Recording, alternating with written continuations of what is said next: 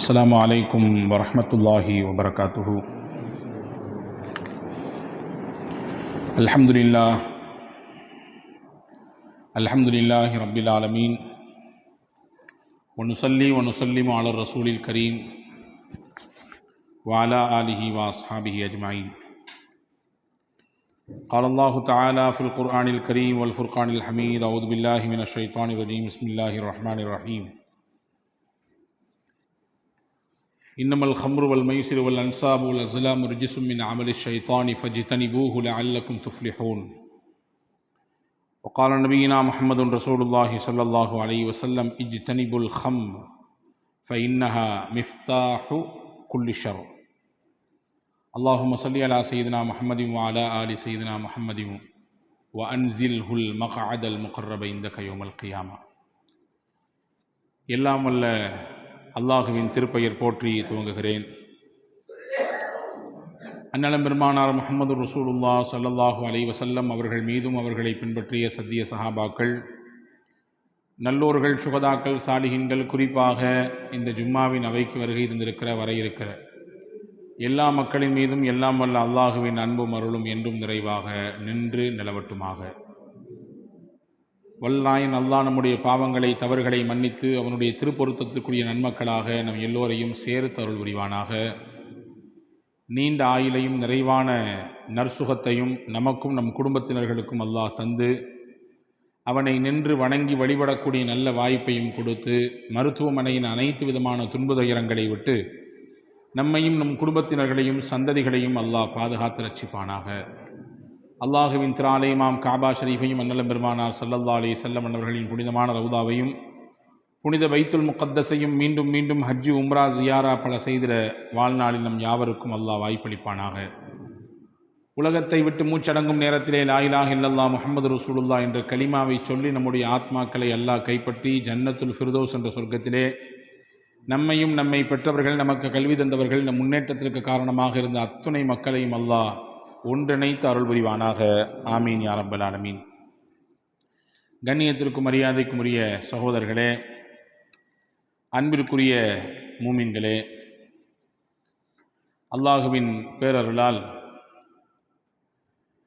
ஹஜ்ஜுக்கு சென்ற ஹாஜிமார்கள் எல்லாம் சிறப்பான முறையிலே தங்களுடைய கடமையை நிறைவேற்றியிருக்கிறார்கள். வருத்தத்திற்குரிய ஒரு செய்தி, அங்கே நிலவிக் கொண்டிருக்கக்கூடிய வெப்ப அலையின் காரணமாக 900க்கும் அதிகமான ஹாஜிகள் இறந்திருக்கிறார்கள். அதிலே நம்முடைய நாட்டைச் சேர்ந்தவர்கள் 80க்கும் அதிகமானவர்கள் என்ற தகவலும் வந்திருக்கிறது. வல்ல அல்லாஹ் அவர்களுடைய பாவங்களை பரிபூர்ணமான முறையிலே மன்னித்து அவர்கள் மீது அருள் செய்து உயர்ந்த சொர்க்கமாம் ஜன்னத்தை அவர்களுக்கு நசீபாக்குவானாக. இதுபோன்றுண்டான பேரிடர்கள் இனிமேயும் ஏற்படாமல் அல்லாஹ் யாவற்றையும், எல்லா ஹாஜிகளையும், எல்லா நாட்டு மக்களையும் அல்லாஹ் பாதுகாப்பானாக. கண்ணியத்திற்குரிய சகோதரர்களே, இஸ்லாம் பொதுவாக மனிதர்களுக்கு தீங்கு செய்யக்கூடிய காரியங்களை தடுக்கிறது, செய்ய வேண்டாம் என்று சொல்லுகிறது. அது தனி மனிதனுக்கு ஏற்படக்கூடிய இடராக இருந்தாலும் சரிதான், சமூகத்திற்கு ஏற்படக்கூடிய தீங்காக இருந்தாலும் சரிதான். அதை தடுத்து நிறுத்துகிறது என்பதோடு மட்டுமல்லாமல் அதனுடைய முளையவே கிள்ளி எறிய சொல்லுகிறது. நமக்கு தெரியும், திருட்டு இங்கேயும் அது கிரிமினல் குற்றம், அதை செய்தவருக்கு உரிய தண்டனை உண்டு. இஸ்லாமும் அதை ரொம்பவும் தீர்க்கமாக எதிர்க்கிறது. அது பெரிய குற்றம் என்று சொல்லி இஸ்லாமிய நாடாக இருக்கும் பட்சத்திலே அதனுடைய தண்டனையே வித்தியாசமானது. காரணம், அந்த திருட்டு என்பது ஒருவரோடு முடிந்து போகக்கூடிய ஒரு தீமை அல்ல, அது ஒரு சமூக தீமை.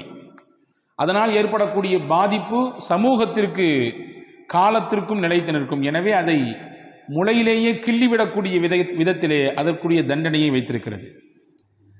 அப்படித்தான் விபச்சாரம். நினைக்கலாம், அது ஒரு தனி மனிதர் செய்யக்கூடியதுதானே, விரும்பி நடக்கக்கூடியது தானே என்று. அப்படி அல்ல, அதன் பாதிப்பும் சமூகத்திற்கு பரவலாகிறது. அந்த ஒரு செயலால் ஒரு குடும்பம் மட்டுமல்ல, அது சார்ந்திருக்கக்கூடிய சமூகமும் பல்வேறு விதமான இடைஞ்சல்களுக்கு, இன்னல்களுக்கு ஆளாகிறது. எனவே அதை செய்ய வேண்டாம் என்று சொல்லவில்லை, செய்தால் குற்றம் என்று நிரூபித்து அதற்கான தண்டனையையும் குர்ஆன் சொன்னது. அந்த தப்பின் பக்கம் நீங்கள் நெருங்கக்கூட வேண்டாம் என்றும் அல்லாஹ் எச்சரிக்கிறான். இப்படித்தான் தனி மனிதனுடைய தீங்கையும் எதிர்க்கிறது, அதை முறைப்படி சரிபடுத்த வேண்டும், அந்த குற்றத்தை செய்தவருக்கு உரிய தண்டனை தரப்பட வேண்டும் என்று சொல்லுகிறது. சமூக தீமையாகவும் மாறக்கூடிய விஷயங்களையும் இஸ்லாம் அழுத்தமாக கண்டிக்கிறது. அப்படி இஸ்லாம் கண்டித்த ஒன்றுதான் மது என்பது. அது ஒரு சமூக தீமை, குடிப்பவரோடு முடிந்து போகக்கூடிய விஷயம் அல்ல. அதனால் ஏற்படக்கூடிய பாதிப்பு அது சமூகத்தை வந்தடையும். பல்வேறு விதமான பாதிப்புகளை சமூகம் சுமக்க வேண்டிய சூழல் ஏற்படும். அவரோடு மட்டுமல்ல, அவர் குடும்பத்தோடு மட்டுமல்ல, அவரை சார்ந்திருக்கக்கூடியவர்கள், அவருடைய பகுதியில் வசிக்கக்கூடியவர்கள், அவரோடு பயணிக்கக்கூடியவர்கள் என்று அந்த தீமையின் வரிசை நீண்டு கொண்டே போகிறது. எனவேதான் அதை வன்மையாக கண்டிக்கிறது இஸ்லாம். இன்று வரை நபிகள் பெருமானா ஸல்லல்லாஹு அலைஹி வஸல்லம் அன்னவர்களுக்கு அன்று கொடுக்கப்பட்ட அந்த உத்தரவு, வேண்டாம், விலக்கிக் கொள்ளுங்கள், உங்கள் சமூகத்திற்கு சொல்லுங்கள் என்று, இன்று வரை முஸ்லிம் சமூகம் அதை தன்னுடைய சிரம் தாழ்ந்து எடுத்து அதை பின்பற்றி கொண்டிருக்கிறது. உலகத்தில் பெரும் பகுதி முஸ்லிம்கள். ஹஜ்ரத் சய்யிதுனா உமர் ரலியல்லாஹு அன்ஹு அவர்களின் ஆட்சி காலம், உமர் ரலியல்லாஹு அன்ஹு அவர்கள் பறந்து விரிந்துபட்ட பகுதிகளுக்கு ஆட்சி செய்தவர்கள், ஜனாதிபதியாக இருந்தவர்கள். எகிப்திலே கவர்னராக இருக்கிறார் அம்ர் இப்னு அல் ஆஸ் ரலியல்லாஹு அன்ஹு என்ற சஹாபி. உமர் ரலியல்லாஹுடைய மகனார் எகிப்திலே இருக்கிறார். இருக்கும் நேரத்திலே இந்த தப்பை செய்து விட்டார். என்ன தப்பு? மது குறித்து விட்டார். உடனே அம்ர் இப்னு அல் ஆஸ் ரலியல்லாஹு அன்ஹு, அங்கே அவர்தான் ஆளுநர், அவருடைய பொறுப்பின் கீழ்தான் அந்த நாட்டு நிர்வாகம் நடந்து கொண்டிருக்கிறது. ஜனாதிபதியுடைய மகனாக இருந்தாலும் குற்றம் செய்துவிட்டால் தண்டனையில் எந்த பாரபட்சமும் கிடையாது. இவர் பொறுப்பாளர், இவர் ஒரு பெரிய உயர்ந்த பதவியில் இருக்கிறார், எனவே தப்பு பண்ணிட்டாரு, கொஞ்சம் தட்டி விட்டுறலாம் அல்லது கொஞ்சம் மூடி மறைச்சிடலாம் என்பதெல்லாம் இஸ்லாம் எங்கேயும் யாருக்கும் அனுமதி கொடுக்கவில்லை. சொல்லப்போனால் நபிகள் ஸல்லல்லாஹு அலைஹி வஸல்லமின் கடினமான வார்த்தையை நாம் கவனிக்கிறோம். உங்களுக்கு முன் உண்டான சமுதாயம் அழிந்து போனதற்கு காரணமே அவரில் வசதி படைத்தவர் தப்பு செய்தால் மூடி மறைத்து விடுவார்கள், வசதி இல்லாதவர் பின்தங்கி இருக்கக்கூடிய ஒருவர் தவறு செய்துவிட்டால் அவரை பிடித்து விடுவார்கள், தண்டிப்பார்கள். இப்படியான சூழல் முன்னால் உள்ள காலத்தில் இருந்ததினாலேதான் அல்லாஹ் அந்த சமூகத்தை மொத்தமாக அழித்தான் என்று பெருமானா ஸல்லல்லாஹு அலைஹி வஸல்லம் சொல்வார்கள். ஜனாதிபதி மகனாக இருந்தாலும் தண்டனை நிறைவேற்றப்பட வேண்டும் என்பதிலே உறுதியாக இருந்தார் ஆளுநர் அம்ர் இப்னு அல் ஆஸ் ரலியல்லாஹு அன்ஹு. அவரை கூப்பிட்டாங்க, அவர் பேர் அப்துர் ரஹ்மான்.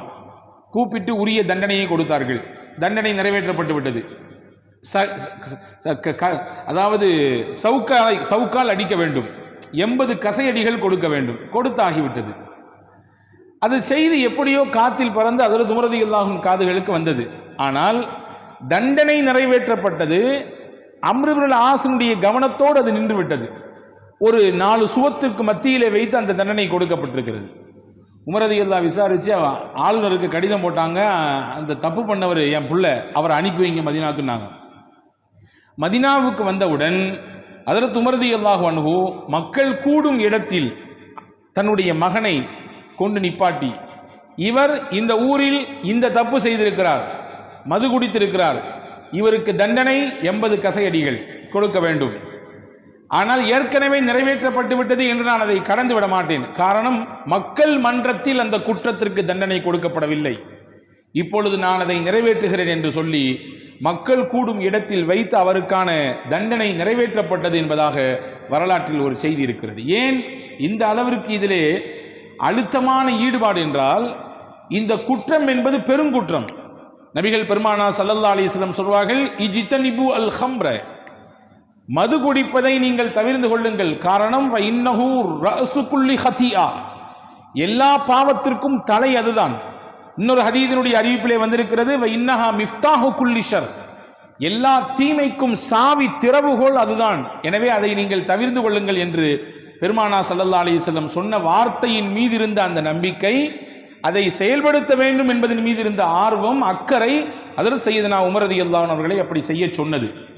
அவருக்கு கொடுக்கக்கூடிய தண்டனையை வைத்து அவருக்கான பாடம் மட்டுமல்ல, அடுத்து வரக்கூடியவர் யாரும் அந்த குற்றத்தை செய்துவிடக் கூடாது என்பதற்கான ஒரு விஷயத்தை ஹஜ்ரத் ஸையதுனா உமர் ரலியல்லாஹு அன்ஹு சொல்லி தந்ததை நிறைவேற்றி காட்டியதை நாம் பார்க்கிறோம். ஆனால் அன்பு பெருமக்களே, இன்றைய காலச்சூழலிலே மது என்பது சர்வசாதாரணமாக பயன்படுத்தப்படக்கூடிய ஒன்றாக மாறி போயிருக்கிறது. பள்ளி கல்லூரிகளில் படிக்கக்கூடிய பிள்ளைகள் பயன்படுத்துகிறார்கள், அதற்கு அடிமையாக இருக்கிறார்கள். ஆண் பிள்ளைகள் என்பது மட்டுமில்லாமல் பெண் பிள்ளைகள் அதற்கு அடிக்ட் ஆகியிருக்கிறார்கள்.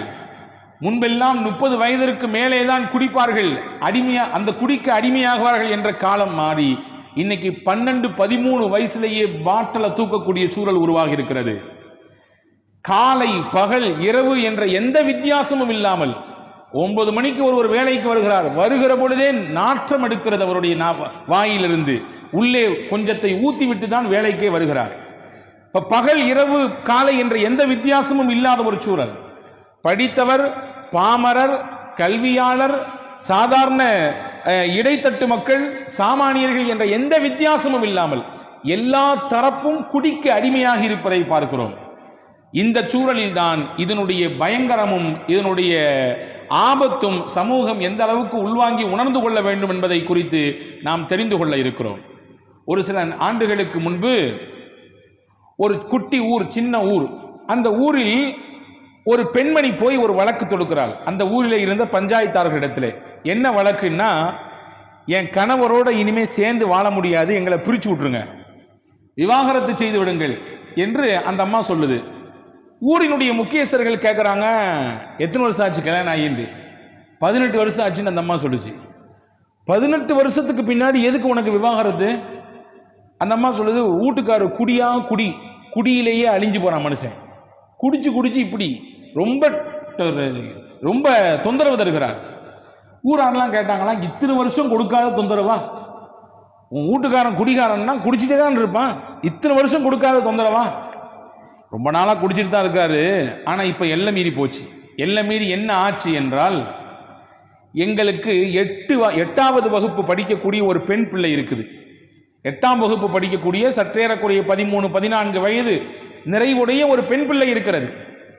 குடிப்பதற்கு காசு இல்லாமல் கடைசியில் என் வீட்டுக்காரன் என்ன செய்தான் தெரியுமா? அவனோடு சேர்ந்து குடிக்கக்கூடிய சக கூட்டாளிகளிடத்திலே என்னுடைய 8ஆம் வகுப்பு படிக்கக்கூடிய 13 வயது பிள்ளையை 5000 ரூபாய்க்கு வித்திருக்கிறான். 5000 ரூபாய்க்கு வித்திருக்கிறான். அவனுக்கு அந்த பிள்ளையை கொடுக்க வேண்டி காசையும் வாங்கிவிட்டான். மனசு கேட்காமல் அவனோடு இருந்த அந்த குடிகாரன் மனதில் ஓரத்தில் இருந்த ஈரம் என்னிடத்தில் வந்து சொல்லிவிட்டார். அவர், இனிமேல் இவரோடு வாழ்வதற்கு என்னால் முடியாது, எங்களை விட்டுவிடுங்கள் என்று சொன்ன செய்தி எவ்வளவு பெரிய அதிர்ச்சிக்குண்டான செய்தி. இதுவெல்லாம் சர்வசாதாரணமாக குடியில் பழகி போய் குடியே வாழ்க்கையாகி போனவர்களுக்கு மாறி வருவதை பார்க்கிறோம். எனவேதான் இதனுடைய தீங்கு ஆபத்தானது என்று இஸ்லாம் உலகத்திற்கு எச்சரிக்கை மணி அடிக்கிறது. ஒரு ஊரில் ஒருவர் இருந்தார், ஹதீஸிலே வந்திருக்கிறது, நசாயி என்கின்ற நூலிலே இந்த செய்தி பதிவாக இருக்கிறது. அவர் நல்ல வணக்க வழிபாடு மிக்கவர், நல்ல ஒரு பக்குவமான மனிதர். அவரை எப்படியாவது வழிகெடுத்து விட வேண்டும் என்று ஒரு பெண் நினைத்தாள். அந்த பெண் அந்த ஆள்கிட்ட போய் எத்தனையோ முறைய சொல்லி பார்க்கிறாள், ஆனா மனசு மாறுற மாதிரி தெரியல. ஒரு கட்டத்தில் வேறு ஒரு தந்திரம் போட்டாள். ஒருத்தர் அனுப்பி வச்சு, இந்த மாதிரி முக்கியமான ஒரு சாட்சி நீங்கள் சொல்ல வேண்டும், முக்கியமான ஒரு பிரச்சனை, அதுக்கு உங்களுடைய சாட்சி முக்கியமாக தேவைப்படுது, எனவே நீங்க வாங்க, உங்களை இந்த இடத்துல அழைக்கிறாங்க என்று சொன்னவுடன் அவரும் சரி நல்ல விஷயத்துக்கு சாட்சி சொல்ல போறதுக்கு ஒன்றும் இல்லையே என்று போனார். இவர் போய் ஒரு குறிப்பிட்ட இடத்திற்கு போனார். இவர் உள்ளே போனவுடன் கதவு சாழ்த்தப்படுகிறது. மறுபடியும் ஒரு கதவு, அதை ஓபன் பண்ணி உள்ள போறாரு. போன உடனே அந்த கதவும் சாத்தப்படுது. இப்படியே உள்ளே போக போக போக போக அடுத்தடுத்த கதவுகள் எல்லாம் சார்த்தப்பட்டது. கடைசியில் ஒரு அறை, அந்த அறையிலே அழகு எல்லாம் நிறைந்த ஒரு பெண்மணி அமர்ந்திருக்கிறாள். பக்கத்தில் ஒரு சின்ன பிள்ளை பையன், இன்னும் ஒரு பக்கத்தில் ஒரு சின்ன குவளையிலே மது. அந்த பெண்ணு சொல்லிச்சு, இந்த 3ல் எதையாவது நீ தொட்டு தான் ஆகணும். என்னத்தை? ஒன்று மது கிண்ணத்தை தொட்டு குடிக்க வேண்டும், இல்லைன்னா என்னை தொட்டு என்னை நீ அனுபவிக்க வேண்டும், இல்லைன்னா இந்த பையனை கொலை பண்ணணும் அப்படின்னு சொல்லிச்சு. இந்த 3ல் ஏதாவது ஒன்று செய்யலைன்னு சொன்னா உனக்கு இத்தனை நாள் இந்த ஊரில் இருந்த பெயரை நான் கெடுத்து விடுவேன், என்னை நீ அபகரித்து விட்டாய், என்னை நீ அவமானப்படுத்தி விட்டாய், என்னுடைய கற்பை சீரழித்து விட்டாய் என்று ஊரெல்லாம் தண்டோரா அடித்து உன்னுடைய பெயரை கெடுத்து விடுவேன். இத்தனை நாள் நீ சம்பாதிச்சு வச்சிருக்கல, இந்த பெயரை கெடுத்துடுவேன். எதையாவது ஒன்று செய், ஓன் சாய்ஸ். அவர் நினைத்தார், பெண்ணை தொடுவதும் தப்பு, பையனை கொல்வதும் தப்பு, சரி ஒரு சின்ன பாவம், கொஞ்சோண்டு மது குடிச்சுக்கோமே என்று நினைத்து குடித்தார். இன்னும் ஊத்து என்று கேட்டார், மறுபடியும் ஊத்தினாள், குடித்தார். இன்னும் ஊத்து ஊத்து ஊத்து என்று ஊத்தி மறுபடியில் கடைசியில் அவருடைய தலையில் இருந்த மூளை செயலிழந்து போனது. போதை தலைக்கு ஏறியவர், அவர் கண்ணிலே அந்த பெண் பட்டால் உடனே அந்த பெண்ணை பலாத்காரம் செய்கிறார், அனுபவிக்கிறார். அதற்கு பிறகு இதை அந்த பையன் பார்த்து விட்டான், வெளியே போய் சொல்லிவிடுவானோ என்ற அச்சத்திலே அவனையும் கொன்று விடுகிறார். இந்த செய்தியை அறிவிக்கக்கூடிய செய்தினா உஸ்மான் இப்னு அஃபான் ரலியல்லாஹு அன்ஹு இந்த ஹதீஸை அறிவிச்சிட்டு சொல்றாங்க, ரசூலுல்லாஹ் சொன்னார்கள், இஜ்தனிபு அல் ஹம்ர், மதுவை நீங்கள் தவிர்த்து கொள்ளுங்கள் என்று பெருமானார் சொன்னதற்கு காரணம் அதுதான் பாவத்தின் தலை, அதுதானே சின்னது என்று நினைத்தார். ஆனால் அதுதான் அவரை 2 பெரிய பாவத்தை செய்ய வைத்தது. ஒரு அவுன்ஸ் தானே என்று நினைத்து குடித்தார், ஆனால் அதுதான் அவரை கொலை செய்ய வைத்தது, கற்பழிக்க வைத்தது. எந்த மனிதருடைய குடலிலே 1 மிடர் மது போய்விடுமோ அவருடைய உள்ளத்தில் இருக்கக்கூடிய ஈமான் வெளியே போய்விடும், உள்ளத்தில் இருக்கக்கூடிய இறை நம்பிக்கை வெளியே போய்விடும். சொல்லிட்டு சொன்னாங்க ஸல்லல்லாஹு அலைஹி வஸல்லம், லா யஜ்தமிஆனி ஃபீ கல்பின் வாஹித், ஒரு உள்ளத்தில் 2ம் ஒன்று சேராது. மது குடித்தால் ஈமான் இருக்காது, ஈமான் இருந்தால் மது உள்ளே வராது. ஈமான் இருந்தால் மது உள்ளே வராது, மது உள்ளே போய்விட்டால் ஈமான் உள்ளே இருக்காது. அப்படின்னா என்ன அர்த்தம்? மது கொடுப்பதினால் ஈமான் என்ற வட்டத்தை விட்டே, இறை நம்பிக்கையை விட்டே வெளியேறி விடுகிறார் என்றார்கள் நபிகள் நாயகம் ஸல்லல்லாஹு அலைஹி வஸல்லம். அதனுடைய தீமை ஆபத்தானது. எனவேதான் சஹாபாக்கள் நபிகள் நாயகம் சொன்னவுடன் விட்டார்கள். இன்னைக்கு மாறியறலாம், நாளைக்கு மாறினா நிறைய பேர் நினைக்கிறாங்க. ஆனால் காலப்போக்கிலே அதன் மீது இருக்கக்கூடிய அதிகப்படியான ஈடுபாடும் அந்த மோகமும் அவரை காலாகாலத்திற்கும் குடிமகனாகவே வைத்திருக்கிறது இல்லையா? அதனால் எத்தனை சீரழிவுகள், எத்தனை ஆபத்துகள், எத்தனை மோசமான காரியங்கள் சமூகத்தில் நடக்கிறது. ஆனால் சஹாபாக்களை நபிகள் நாயகம் ஸல்லல்லாஹு அலைஹி வஸல்லம் எப்படி மாற்றிருக்கிறார்கள் என்று பாருங்கள். அன்பானவர்களே, இப்னு புரைதத்துல் அஸ்லமி ரலியல்லாஹு என்ற ஒரு சஹாபி இந்த செய்தியை அறிவிக்கிறாங்க. ரசூலுல்லாஹ்வின் காலத்திலே மது அதற்கு முன்னால் இருந்தது, ஹலாலாக இருந்தது, அனுமதிக்கப்பட்டது தான். ஆனால் அல்லாஹ்வினுடைய உத்தரவின் பிரகாரம் கொஞ்சம் கொஞ்சமாக சன்னமாக அது மாற்றி அமைக்கப்படுகிறது. அது சமூகத்தினுடைய தீமை என்று அல்லாஹ் கொஞ்சம் கொஞ்சமாக களைகிறான். இறுதியில் அல்லாஹ் சொன்னான், இஜ்தனிபூ லஅல்லக்கும் துஃப்லிஹூன், நீங்கள் வெற்றி பெற வேண்டும் என்றால் மதுவை விட்டாக வேண்டும், விட்டொழிக்க வேண்டும். இந்த வசனத்தை அன்னைக்கு மதீனாவினுடைய வீதிகளில் ஒருத்தர் ஓதிக்கிட்டே வராரு. இப்னு புரைதத்துல் அஸ்லமி ரலியல்லாஹு சொல்றாங்க, நாங்கள்லாம் கொஞ்ச நேரம் உட்கார்ந்து ஏதாவது பேசணும்னாலே கொஞ்சம் குடிச்சிட்டு தான் பேசுவோம்.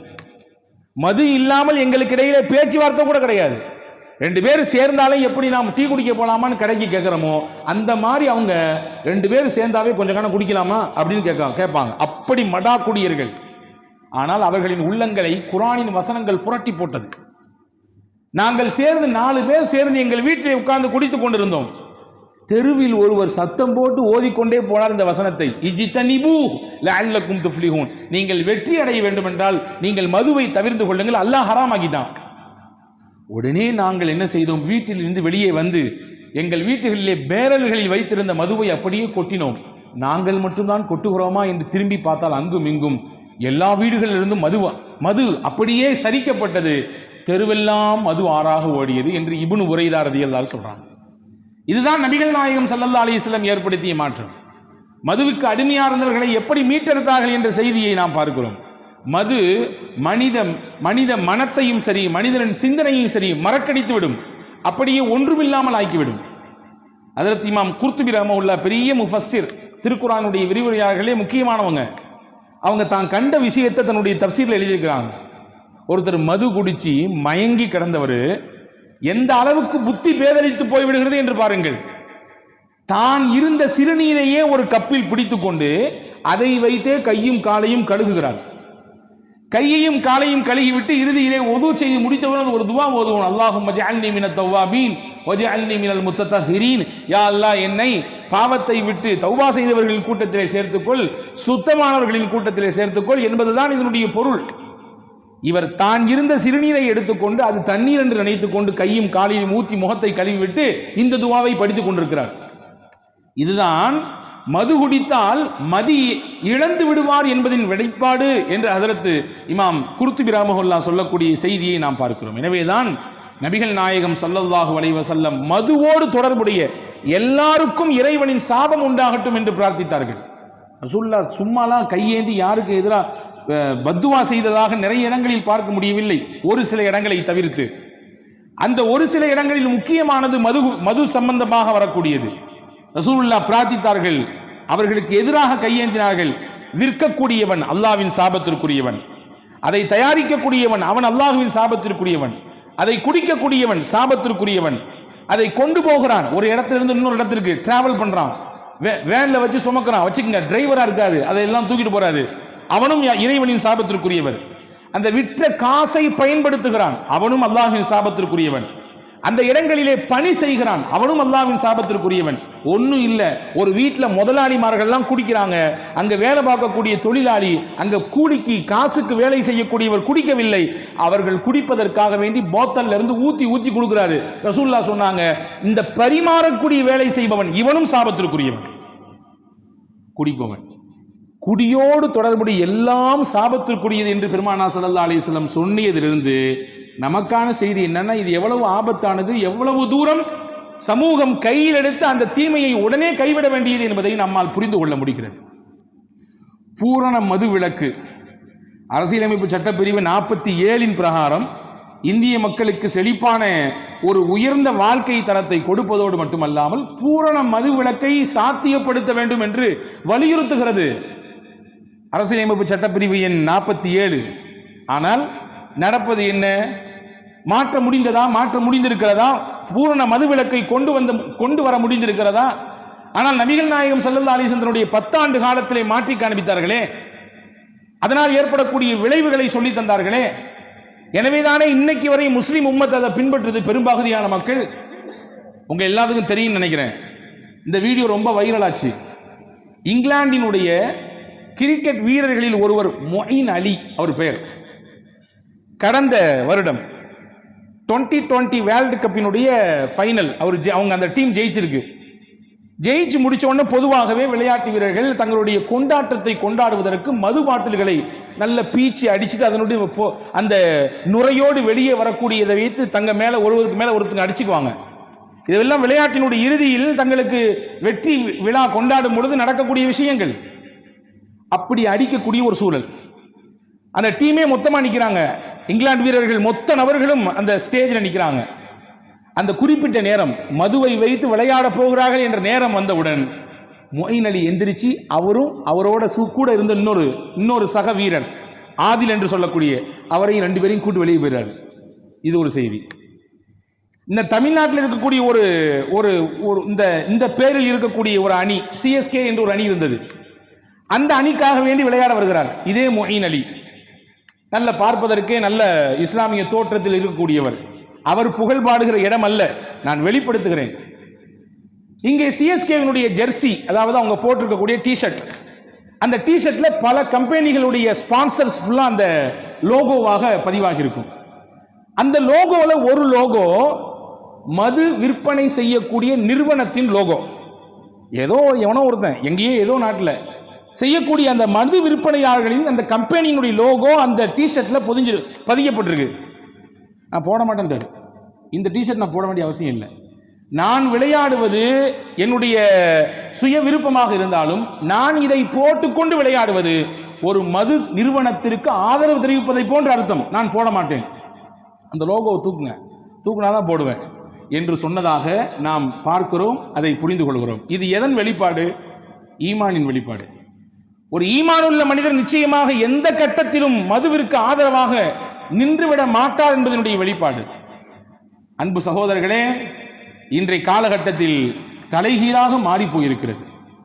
முஸ்லிம் அல்லாதவர்கள், சகோதர சமயத்தைச் சேர்ந்த பலர் குடிக்கிறார்கள், அது வேறுபுறம். ஆனால் இஸ்லாமிய வட்டத்தில் இருப்பவர்களே அதற்கு அடிமையாகி பல நபர்கள் இருக்கிறார்கள் என்பது எவ்வளவு வேதனைக்குரியது, எவ்வளவு தூரம் கவலைப்பட வேண்டியது. தமிழ்நாட்டில் வருஷா வருஷம் பல வரவுகள் வருகிறது, இந்தந்த துறையிலிருந்து இவ்வளவு வரவுன்னு. கடந்த 2022-23 மட்டும் மதுவின் மூலமாக அரசுக்கு கிடைத்த வருமானம் நீங்கள் கேட்டால் ஆச்சரியப்படுவீர்கள். 44,000 கோடி, 44,000 கோடி டாஸ்மாகிலிருந்து வருமானம். போன வருஷம், ஒரு வருஷத்துக்கு முன்னாடி 2021-22 அதிலே கிடைத்த வருமானம் 36,000 கோடி. இப்போ ஒரு வருஷ கேப்ல இடைவெளியில சுமார் 8,000 கோடி அதிகரித்திருக்கிறது மதுவினால் கிடைக்கக்கூடிய வருமானம். அப்படின்னா என்ன அர்த்தம்? 8,000 கோடிக்கு குடிக்கிற அளவுக்கு மது பிரியர்கள் கூடி இருக்கிறார்கள் அல்லது அதிகரித்திருக்கிறார்கள், புதுசா என்ட்ரி ஆயிருக்காங்க இல்லையா? அன்புக்குரியவர்களே, எனவேதான் இதனுடைய ஆபத்தை உலகத்திற்கு சொல்ல வேண்டிய தேவையும் அவசியம் இருக்கிறது. ஒரு காலம் இருந்தது, கள்ளுக்கடைகள் எல்லாம் ஊருக்கு வெளியில இருக்கும். உங்களுக்கு எல்லாம் தெரியும், நாமெல்லாம் பார்த்துருப்போம் கிராமப்புறங்களில். ஊருக்கு வெளியில தான் கள்ளுக்கடையே இருக்கும். அந்த பக்கமா நடமாடுறது கூட அவமானமா நினைச்சாங்க. அந்த பக்கமா யாராவது பள்ளிக்கூடத்துக்கு முன்ன பின்ன வேற வழியா அங்கே போனா வீட்டில் இருக்கக்கூடிய பெரியவர்கள் திட்டுவார்கள், அந்த வழியா நீ ஏன் போன, அங்கிட்டு ஏன் போன, அங்கே நடமாடக்கூடாது என்று சொல்வார்கள். குடித்து விட்டாலும் கூட, நிர்பந்தமாக சிலர்கள் ஏதாவது கொஞ்சம் வாயில ஊத்திட்டாலும் கூட பயந்து கொண்டே பதறிக்கொண்டே வீட்டுக்கு வருபவர்களாம் கூட உண்டு. ஆனா இன்னைக்கு எப்படி மாறிடுச்சு? குடி என்பது ஒரு சோர்ஷியல், அது சமூகத்தினுடைய முக்கியமான ஒரு விஷயம், அது ஒரு அங்கீகாரம் பெற்றதாக மாறி போயிருக்கிறது. இவங்க வீட்டுக்காரரு ரொம்பலாம் குடிக்க மாட்டாரு, அவர் ஒரு சோசியல் ட்ரிங்கர் என்று பெண்கள் அனுமதித்து அதை ஆதரிக்கக்கூடிய நிலைக்கு சமுதாயம் தள்ளப்பட்டிருக்கிறது. நான் சொன்னேன், 13 வயதிலிருந்து குடிக்கக்கூடிய பிள்ளைகள் உருவாகி இருக்கிறார்கள். இதனால் என்னென்ன பாதிப்புகள் சொல்லில் அடங்க முடியாத அளவுக்கு பாதிப்பு. உடலால், மனதால், பொருளாதாரத்தால், குடும்பத்தால், சமூகத்தால் எத்தனை பாதிப்புகள். இன்னைக்கு வரக்கூடிய புற்றுநோய்களுக்கு முக்கியமான மூலதனமான காரணங்களில் ஒன்று குடிப்பழக்கம் என்று மருத்துவர்கள் எச்சரிக்கிறார்கள். குடியினால் ஏற்படக்கூடிய பாதிப்பிலே லிவர், கல்லீரல் கெட்டு போய் விடுகிறது. அல்லாஹ் வைத்திருக்கக்கூடிய அமைப்பு, நம்முடைய இருதயத்தில் கூட ஏதாவது ஒரு பாதிப்பு என்றால் ஸ்டெண்ட் வச்சு நம்மளை கொஞ்சம் என்ன செஞ்சுக்கலாம், புதுப்பிச்சுக்கலாம். ஆனால் கல்லீரல் கெட்டு போனால் அதை புதுப்பிக்கலாம் முடியாது, அவ்வளவுதான், முடிஞ்சிருச்சு, வேற மாற்றணும். எளிதில் கிடைக்குமா? முடியாது. அப்படியான உடலுக்கு கோளாறை ஏற்படுத்தக்கூடிய, ஆரோக்கியத்திற்கு கேடை ஏற்படுத்தக்கூடிய விஷயங்களை இன்னைக்கு சர்வசாதாரணமாக சமூகம் கடந்து போய்கொண்டே இருக்கிறது. ஜாலியாக தொடங்கக்கூடிய ஒரு விஷயம் தானே. நண்பர்கள் எல்லாம் கூடினாலே இன்றைக்கு பார்கள் இல்லாமல் கூடுவதில்லை என்ற ஒரு கலாச்சாரம் உருவாகி இருக்கிறது. காணொளிகளில் அல்லது திரைப்படங்களில் நண்பர்கள் கூடும் இடத்தை காட்டும் பொழுதே அவன் பாரை தான் காட்டுகிறான், அங்கே நடக்கக்கூடிய கூத்தை தான் காட்டுகிறான். குடிக்கக்கூடிய அந்த விஷயம்தான் ஒரு சமுதாயத்தினுடைய ஒரு அங்கீகாரம் பெற்ற விஷயமாக மாறி இருப்பதை திரும்பவும் வளர்ந்து கொண்டிருக்கக்கூடிய சமுதாயங்களின் பார்வைக்கு சென்று கொண்டே இருக்கிறது. இது எவ்வளவு ஆபத்தான விஷயம். உலகத்திலேயே இந்தியாவில் தான் இளம் வயது குடிகாரர்கள் அதிகமாக இருக்கிறார்கள் என்று ஒரு புள்ளி விவரம் சொல்கிறது.